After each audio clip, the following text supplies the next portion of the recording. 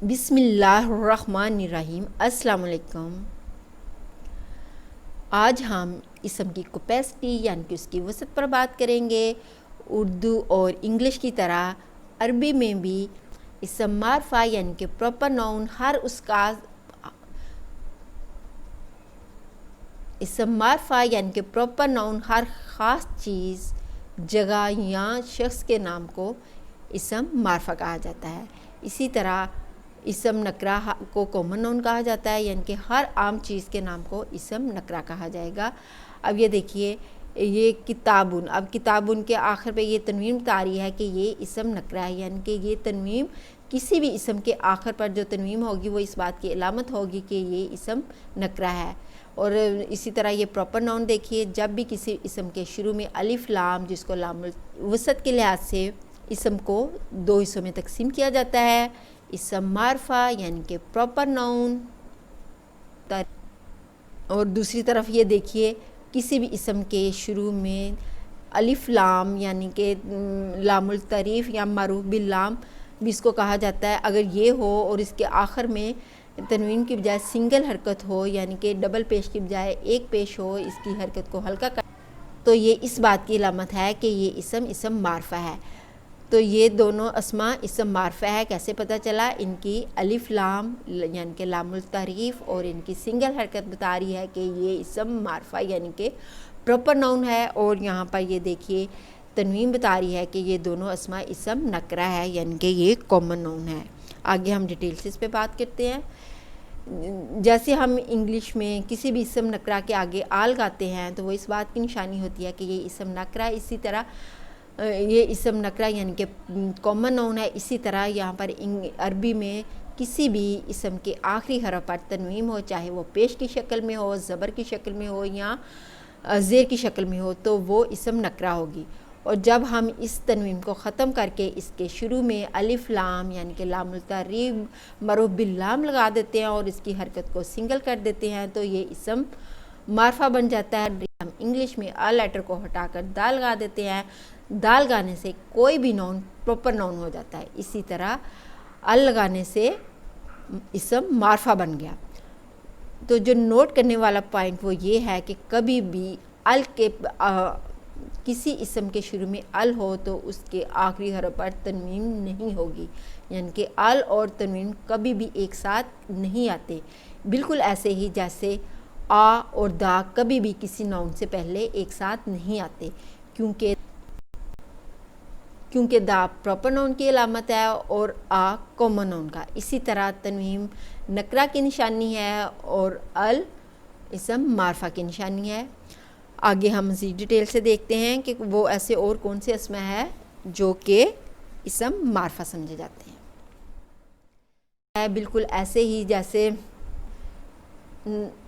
यहाँ पर चंद अस्मा है जिनको कि इसम मारफा ही समझा जाता है, जिसमें नंबर एक है स्पेसिफिक नाउन यानी कि इसम अलम। अलम से मुराद क्या होता है? निशानी, पहचान। तो अलम झंडे को भी कहते हैं। कोई भी झंडा किसी मुल्क की पहचान होता है। जब भी हमारे सामने किसी मुल्क का झंडा आए तो हम फ़ौरन उस मुल्क का नाम हमारे ज़हन में आ जाता है।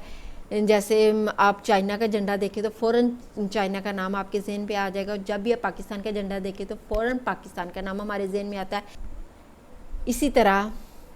इसी तरह अगर किसी शख्स का नाम जैद है, अहमद है, हामिद है, तो वो उसकी पहचान होगी, यानी कि किसी शख्स, जगह या ख़ास चीज़ का जो नाम होता है वो उसकी पहचान होता है। वो इसमें अलम यानी कि स्पेसिफिक नाउन कहलाता है, तो वो इसम मारफा समझा जाएगा। दूसरी जो कैटेगरी है वो इसमें ज़मीर यानी कि प्रोनाउंस।